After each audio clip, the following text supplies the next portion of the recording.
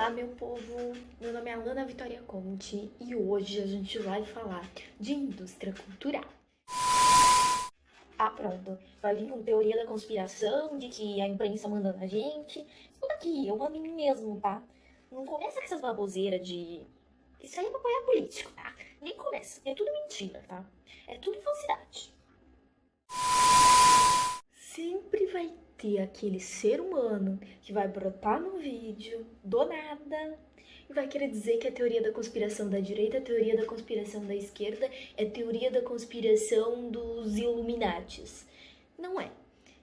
Gente, teve um filósofo, teve estudos. Essa teoria não surgiu do nada, do zero. Ela foi criada e foi explicada num livrinho chamado Dialética Negativa, do filósofo e escritor Theodor Adorno. E ele criou essa teoria. Para a gente não se estender muito, eu vou explicar mais ou menos o que seria a indústria cultural. E a gente vai partir direto para o Brasil na indústria cultural, porque é o nosso foco, já que meio que a gente é brasileiro, né? A indústria cultural, ela é um termo utilizado para definir cinema, vamos dizer assim, uma influência, né? Que o cinema, a televisão, os livros, a música, as produções artísticas, o noticiário, é para definir essa influência que eles têm sobre a sociedade e sobre nós como indivíduos. Então, basicamente, você vai ter atividades consideradas de lazer, que são as que eu já citei, transformadas em uma extensão do seu trabalho. Como assim? Você vai estar inconscientemente sendo manipulado por todos esses meios de comunicação e de emissão de ideias sem que você perceba. A menos que você acabe ouvindo falar de uma coisa chamada indústria cultural. Tendo consciência disso, você não passa mais a ser sempre manipulado, porque você percebe a manipulação e você consegue se manter imune, vamos dizer, a essa influência que eles têm sobre nós. Ok, você já entendeu isso. Mas como é que isso começa aqui no Brasil? Aqui no Brasil, teve um cara muito legal chamado Dom Pedro. Quem não conheceu o Dom Pedro é aquele cara que depois vai lá no Rio Ipiranga, as margens plácidas do Rio Ipiranga, e grita assim, independência ou morte, e daí a gente tá independente. A gente sabe que não é bem assim, mas daí eu faço outro vídeo pra falar como é que foi a independência do Brasil. Ele pegou e foi um belo dia para os Estados Unidos e ele gostava muito de tecnologia. E lá ele foi apresentado para um negócio chamado telefone. E ele achou aquilo demais. Então ele trouxe para o Rio de Janeiro e tornou o Rio de Janeiro a segunda cidade no mundo a ter comunicação via linha telefônica. Olha que legal. Mas aí você me pergunta, tá bom, ali começou a tecnologia da comunicação, mas aonde você quer chegar com a indústria cultural? Anos depois, em 1920, a gente vai ter um negócio chamado rádio, que vai chegar aqui no Brasil e em 1922 vai ter a primeira transmissão. É aí que começa a nossa história. O rádio não era muito conhecido, né? A galera não tinha todo aquele acesso para comprar o aparelho, porque ele era um aparelho caro, era uma tecnologia nova. Mas a partir do ponto que o rádio se inicia, ele precisa encontrar renda de algum lugar, de alguma pessoa, e ele não tinha essa renda. Então foram muitos rádios que acabaram falindo, deu um problemão, mas teve quem continuou. Até que a rádio começa a fazer propagandas, e ela começa a se manter do dinheiro que vinha das propagandas. E quando você pega uma propaganda, a gente sabe muito bem nos dias de hoje, e você apresenta para o seu público, você apresenta da melhor forma possível tal produto. Você manipula a ideia do consumidor sobre aquele produto e influencia ele para que ele adquira, mesmo que ele não precise. Aí o rádio vai ficar muito popular, vai cair no gosto de todo mundo, vai dominar o Brasil e a gente vai ter também uma coisa chamada o regime militar, ou também a gente pode falar do governo de Getúlio Vargas, a era Vargas, que também fica para outro vídeo pra gente explicar. Mas a influência do rádio, a influência do sistema de comunicação já era tão grande na sociedade que o Vargas percebeu isso. E ele utilizou a rádio para se comunicar com as outras pessoas. Como assim? Ele criou um horário que toda estação de rádio, seja AM, seja FM, tinha que passar coisas sobre o governo e ficava passando durante o dia propagandas para popularizar o governo e para tornar aquele poder à força um poder legitimado pela sociedade, digamos assim, que as pessoas apoiassem ele, para tentar suprimir as manifestações e também para suprimir os ideais contra o seu governo, né? Só que a gente também consegue perceber, através desse rolê ali, que por mais que eles tenham influência sobre nós, eles são suscetíveis à mudança e nem sempre esse sistema dá certo. Porque Vargas sofreu ainda com manifestações, tudo bem, teve as questões ali que muitas pessoas foram presas e torturadas por se contraporem a esse governo, só que a gente teve muita gente que se utilizou do que tinha para mostrar que era contra. Como, por exemplo, mesmo com a censura, muitas músicas, muitas produções literárias, muitos poemas escritos e desenvolvidos naquela época conseguiram burlar o sistema da censura e conseguiram vir a público e questionar o governo. Então, o que mostra que nem todo artista, nem toda forma de comunicação, nem toda representação artística é necessariamente um produto da indústria cultural. Mas lembrando, a indústria cultural necessariamente é uma dessas produções. Entenderam? E aí, continuando, a gente vai ter mais tarde a televisão, onde também vai ter um domínio muito grande político, a gente tem também muita propaganda, e a gente tem uma coisa chamada jornal.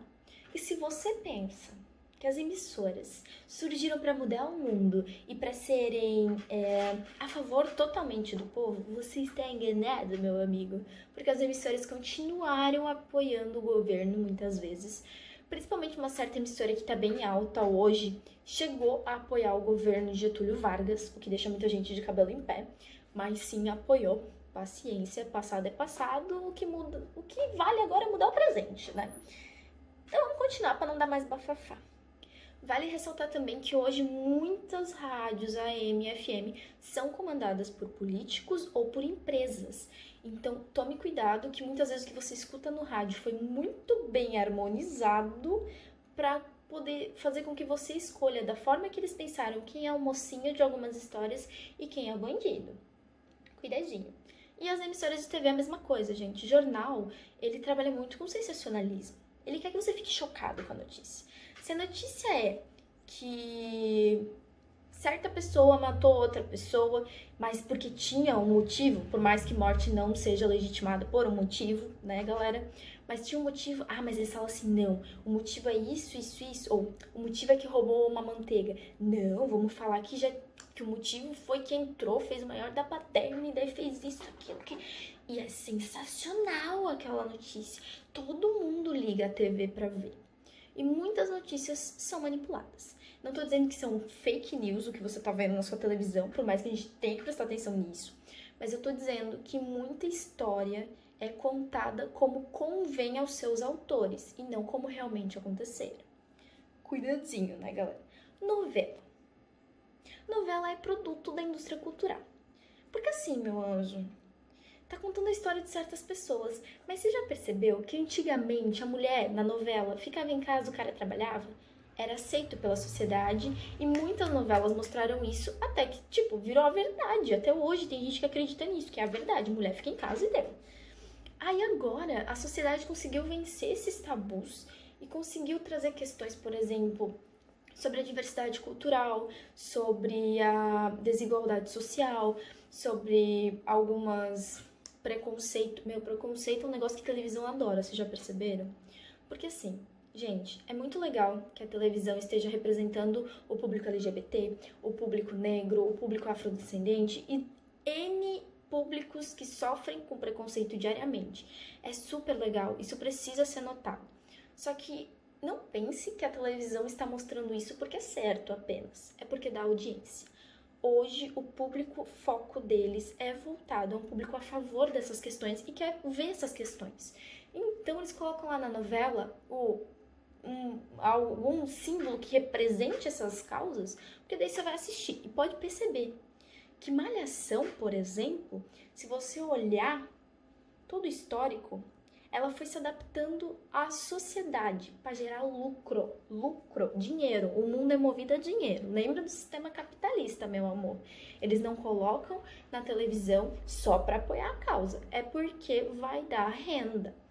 Teve até a causa esse ano do Dia dos Pais, que a Tami foi a capa de certa revista que vende cosméticos, que você deve saber do que eu tô falando, e ela não foi capa só para apoiar os transexuais só para apoiar o movimento LGBT.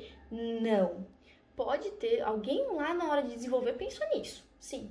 Mas gerou o quê? Bafafá.